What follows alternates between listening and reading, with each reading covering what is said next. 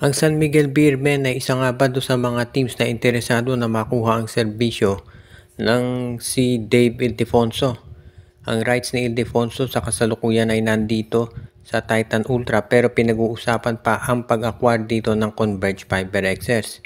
Hindi pa natutuloy yung binabalak na pag-trade ng Converge dahil ito hindi pinayagan ng PBA dahil kulang daw yung ino-offer ng Fiber Access kapalit nitong si Dave Ildefonso. Kaya ang nangyari ngayon, mukhang itong San Miguel Beermen ay isa doon sa mga teams na interesado na mag-step in para sila naman ang mag-offer para dito kay Dave. Baka ang ipalit dyan ay si Jeronteng. Pwede rin na si Andreas Kahilig. Ibig sabihin nito mukhang seryoso ang SMB na makuha ang dating wingman. At para doon sa mga hindi na nakakaalala, ang father nitong si Dave Ildefonso na si Danny Ildefonso ay naglaro ng ilang taon dito sa San Miguel Beermen at nagbigay din ng marami-rami ng mga kampyonato, nag-MVP pa yan. Kaya nga mukhang sabi nga nila fitting na itong si Dave Ildefonso ay dito maglaro sa San Miguel Beermen. Pero syempre lahat ng yan ay nakadepende kung papayag itong PBA dito sa kanilang i-offer. At syempre itong Converge Fiber Access din, sigurado na susubukan yan na tapatan yung i-offer ng SMB. Kaya kinakailangan talaga na kung ikaw si Coach Leo Austria, gandahan mo yung i-offer mo.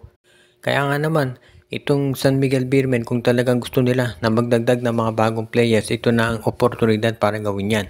Kaya lang, itong Converge Fiber Access, yan din ang naiisip sa magiging maganda tong diskusyon kung sino sa San Miguel at sa Converge Fiber Access ang unang makakakuha dito kay Dave Ildefonso kung sakali nga na ituloy ng SMB yung kanilang offer para sa nasabing player. Napag-uusapan yung offer. Itong sa Barangay Ginebra Terra Firma Trade, linawin natin, walang magiging draft sa 2026. So itong draft pick ng Ginebra, magagamit nila yan sa 2027. At ang balita ngayon, baka makuha ng Ginebra ay, well actually madaming pangalan na lumalabas. Una na si Michael Phillips, andyan din si DJ Fenner, at sabi ng iba, baka daw to sila Dwight Ramos, Kevin Kiambao, at itong si AJ Edu sumali na sa PBA. Pero sabi nga nila, yung mga naglalaro sa gilas ng mga players na ganyan, medyo spekulasyon pa lamang. Dahil alam natin na ang mga yan ay naglalaro din sa Japan B-League o sa Korea, kaya medyo malabo sila na sumali dito sa PBA.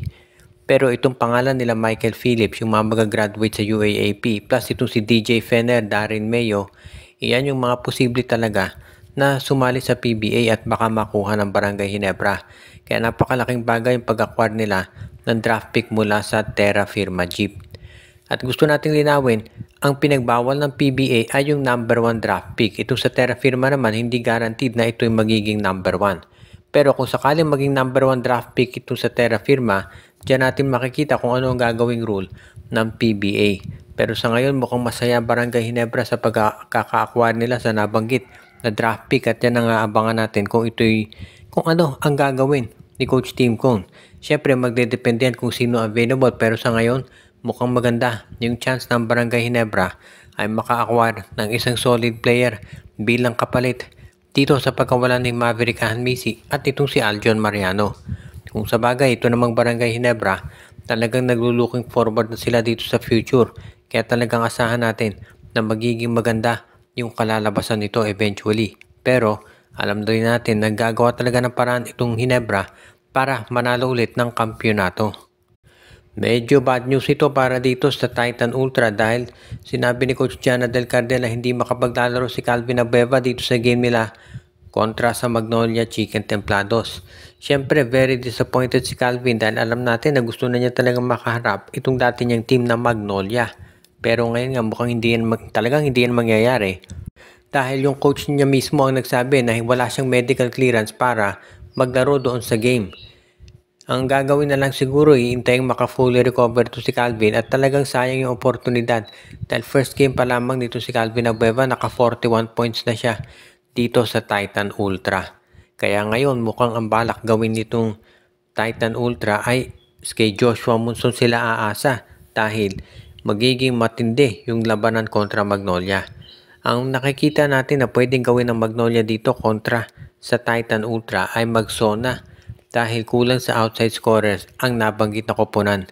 Kaya yan ang mukhang magiging plano talagang gawin nitong Titan Ultra para masiguro na sila ay makakabawi. At kinakailangan lamang talaga na magdagdag sila ng iba pang mga players at scorers.